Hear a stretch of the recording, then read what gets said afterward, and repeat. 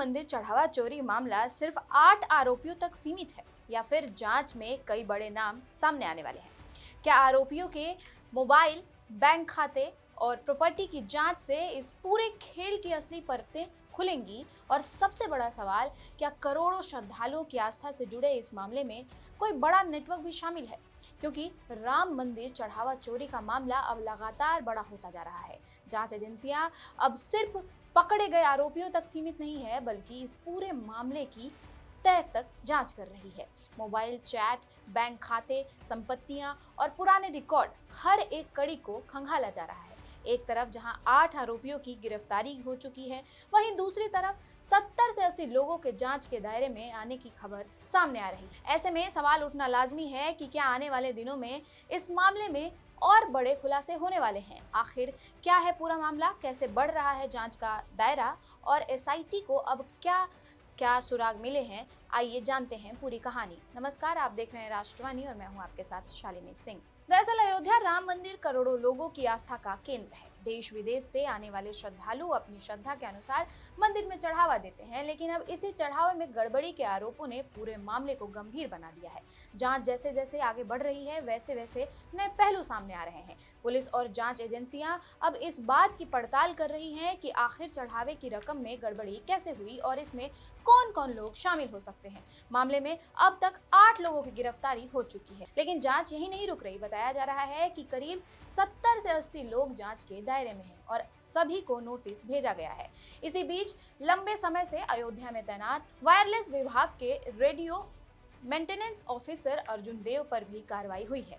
अर्जुन देव का ट्रांसफर कर उन्हें गोरखपुर भेज दिया गया है। बताया जा रहा है कि अर्जुन देव साल 2009 से अयोध्या में तैनात थे और पिछले करीब 17 सालों में कई बार उनका ट्रांसफर हुआ, लेकिन हर बार वह ट्रांसफर रुकवाने में कामयाब हुए।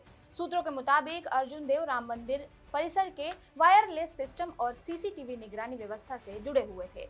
एसआईटी रिपोर्ट में उनकी भूमिका को लेकर भी सवाल उठाए गए हैं।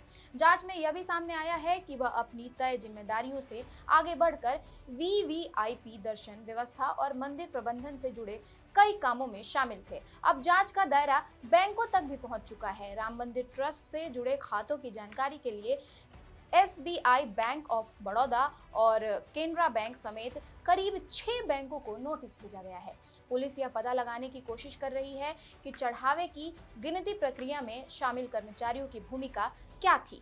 एसबीआई के 2 कर्मचारियों रत्नेश चतुर्वेदी और गगनदीप पर भी जांच एजेंसियों की नजर है। बताया जा रहा है कि दोनों कर्मचारी चढ़ावे की काउंटिंग प्रक्रिया की निगरानी के लिए तैनात थे। इसके अलावा पुलिस आरोपियों के मोबाइल फोन का डेटा भी खंगाल रही है। जांच एजेंसियों के सामने सबसे बड़ा सवाल यह है कि आरोपियों ने अपने मोबाइल से व्हाट्सएप चैट क्यों डिलीट की? क्या उन चैट्स में कोई ऐसा सबूत था जिसे छिपाने की कोशिश की गई? इन्हीं सवालों के जवाब के लिए सभी 8 आरोपियों के मोबाइल फोन की फोरेंसिक जांच कराई जाएगी। वहीं आरोपियों की न्यायिक रिमांड भी बढ़ा दी गई है। सभी 8 आरोपी 13 जुलाई तक जेल में रहेंगे। पुलिस ने आरोपियों के घरों की तलाशी के दौरान कई महत्वपूर्ण दस्तावेज बरामद किए हैं। इनमें जमीनों की रजिस्ट्री, प्रॉपर्टी के कागजात, बैंक पासबुक और अन्य रिकॉर्ड शामिल हैं। कुछ घरों से बड़ी मात्रा में गहने मिलने की भी जानकारी सामने आई है। अब पुलिस यह जांच कर रही है कि कहीं यह संपत्ति और ज्वेलरी चढ़ावे की रकम से तो नहीं खरीदी गई है।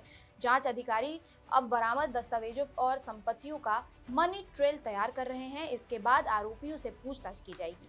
वहीं दूसरी तरफ राम मंदिर में चढ़ावे की व्यवस्था को और सुरक्षित बनाने की तैयारी भी शुरू हो गई है। अब कैश चढ़ावे को लेकर नई व्यवस्था लागू करने पर विचार किया जा रहा है। बताया जा रहा है कि क्यूआर कोड के जरिए डिजिटल चढ़ावा बढ़ाने और कैश चढ़ावे के लिए सिर्फ एक दान पात्र रखने की योजना बनाई जा रही है। पहले मौजूद कई दान पात्रों की जगह एक व्यवस्था लागू करने पर चर्चा हो रही है।